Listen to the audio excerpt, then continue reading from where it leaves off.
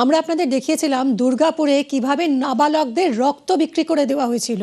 রক্ত বিক্রি চক্রের এই যে ঘটনা, যে অভিযোগ জমা পড়েছিল থানায়, পুলিশ তদন্তে নেমে এই ঘটনায় 3 জনকে গ্রেফতার করেছে।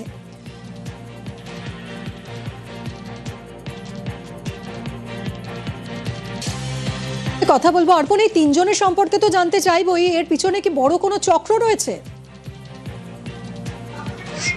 দেখো, একেবারেই কিন্তু এর পিছনে কিন্তু বড় কোনো চক্র রয়েছে বলেই কিন্তু প্রাথমিকভাবে পুলিশ মনে করছে। ইতিমধ্যেই কিন্তু এই ঘটনায় পুলিশ 3 জনকে গ্রেপ্তার করেছে।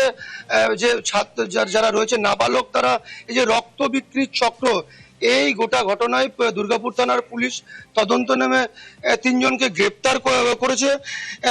অমিত প্রসাদ, এমডি হাবিবুল্লাহ সহ আর একজনকে গ্রেপ্তার করেছে। তাদের মধ্যে এমডি হাবিবুল্লাহ, তার বাড়ি হচ্ছে মালদা, দুর্গাপুরের একটি হোটেলে তিনি কাজ করতেন।